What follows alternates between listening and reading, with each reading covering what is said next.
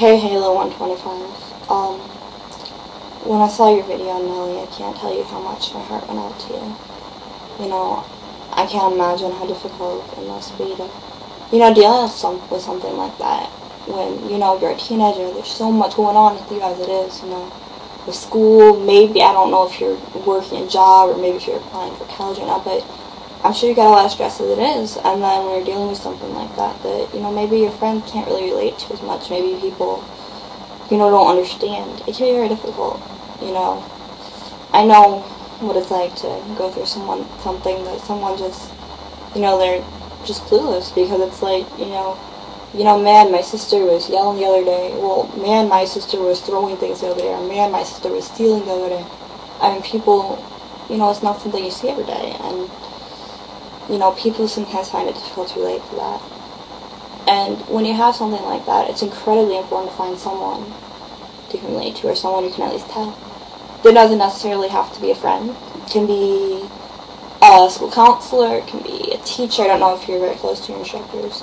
I don't know if you're close to your parents, but that can be a possibility, or maybe an aunt, uncle, or grandparents, Coach, if you want, I'm more than willing to be that person. If you ever want to talk or vent or just tell me, like, man, this is what's going on with me, don't be afraid to email me, or don't be afraid to MSN or Yahoo me. I sent you my information, and that's the same for anyone on here. If anyone has anything they need to talk about or whatnot, don't be afraid to email MSN or Yahoo me. My MSN is urgodandIanot@hotmail.com. That's also my email address. My Yahoo is IAMWHOITHINKIAM@yahoo.com. And if you get me either of those ways, I'll be more than willing to talk to you. If you don't have those, you just come talk on Facebook message, on Yahoo on YouTube message, that's cool too. But if you need someone to talk to, I'm here. But I want to make sure you have someone to talk to. Now, before I go on, I want to tell you that I'm not a professional. I do not have a professional degree in psychology, psychiatry, or any related field. I do have a little training. I've been doing groups probably nearly daily for a couple of years, going to groups, not necessarily leading them. But I've also done tons of reading. I've just gotten incredibly involved in the mental health field, but I do not have a degree. I'm not a professional, and anything I say cannot replace the advice of a professional, nor can it be the advice of a professional. I can't say that she has this or she has that, because, I don't know, because I don't have a degree, and it's not my place to say that. But I can tell you some things that might help you cope, and that's what I want to do.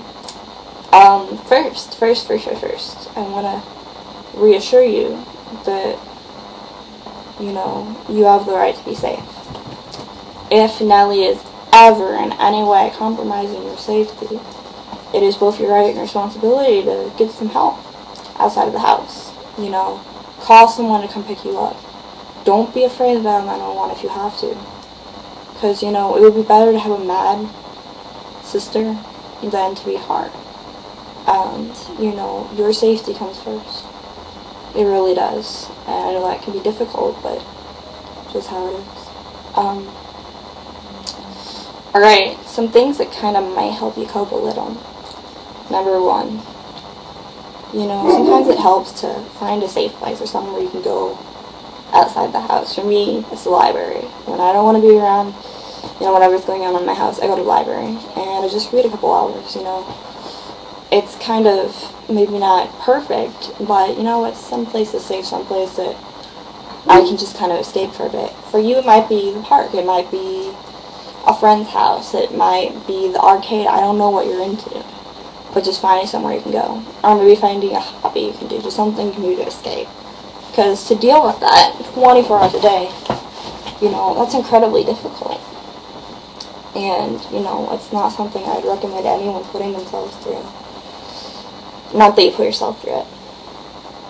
Coping tip number 2, sometimes it helps to just remember that maybe this isn't something Nellie can control so much. I know that can be hard to say, and that can be hard to even think, but people who have mental illnesses, they often say or do things that they would never do if they didn't. You know, I've had several friends who have Oppositional Defiant Disorder. I've met people who've had bipolar disorder, and, you know, after a rage or during a rage or when I've talked to them, you know, I repeatedly hear, you know, it's something that causes you harm. It's something that really gets on you. And I wouldn't doubt it's getting on Nellie, you know. You know, a lot of these people, I doubt there's not a day that they don't think, I wish I could be normal. I wish that, you know, I didn't get so angry so quickly. I wish that, you know, I didn't feel the impulse to do whatever. I wish that I didn't feel the need to be, quote, defiant or, quote, oppositional. I didn't feel the need to, you know, maybe not be able to trust. And, you know, I don't know Nellie. I don't know you. I don't know what you're dealing with here, but, you know, I don't think she would willingly put anyone through this. And I don't think she's doing it because she wants to harm you. Number 2. Something that kind of helps is, you know, a lot of people with children with Oppositional Defiant Disorder, and I don't know as a teenager, but when they do things, a lot of times it's because they feel a need to see a reaction. Now, reaction, and you've probably heard the thing, attention seeking or blah blah blah, and, you know, I'm not a big fan of that, but there is a little truth to that. A lot of children in Nellie's position or with Oppositional Defiant Disorder feel the need to, you know, just get that attention, get that, you know, negative attention or whatnot, and, you know, to ignore it. And to ignore it is an incredibly difficult task, but it may help. Because when she's not getting that response, when she's not getting a reaction, maybe not a reaction she wants, when she's not getting whatever reason she's doing this behavior, and there's always a reason behind every behavior, we have something you get out of something. If she's not getting that, you know, she might lessen you a little.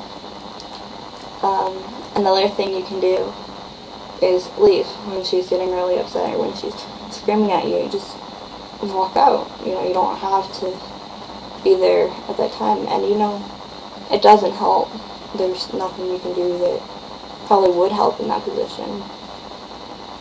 A third thing, and this might be a little bit more difficult. I don't know if this is something you're willing to do, and, you know, it might be something you might need help from a teacher or a parent, but, you know, maybe it would help to write a letter, like to say, you know, Nellie, this is what I've dealt with you, and, you know, I know that maybe you wanted to be a good sister, and I'm not saying that you weren't, but, you know, this has always been really difficult for me, and I want to know how we can deal with this, or what I can do to, you know, maybe make things a little bit more stressful, but less stressful on both of us. And I don't know how she'd react to that, to a letter or whatever. Some people take it very quickly, other people really don't even read it, but, you know, it's always worth a try. There's something else I was gonna say, and I can't remember it. Sorry, let me think a little bit, just for a few seconds.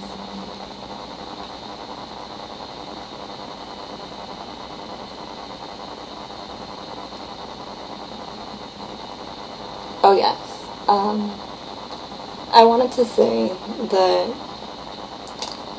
a fourth thing you can do, and this might be a little bit more difficult, and I mean, I'm not saying you have to do this, but, you know, I'm sure this has been very traumatic for you, and, you know, when you're dealing with something like that, you know, if you think that this is something that's really going to impact you, I mean, don't be afraid to ask to get help yourself. Don't be afraid to talk to a school counselor or whatnot, because it can be something very traumatic, and it's incredibly important to have that support. You know, I don't know how you're going to take this. I want to see how you're going to react, or, you know, maybe if I can get some information on how I can help you, or what I can tell you that may be effective, you know, go for it, but I'm running out of time, so I think I might make another video. I don't know, but thank you for watching this, and thank you for your response. Talk to you later.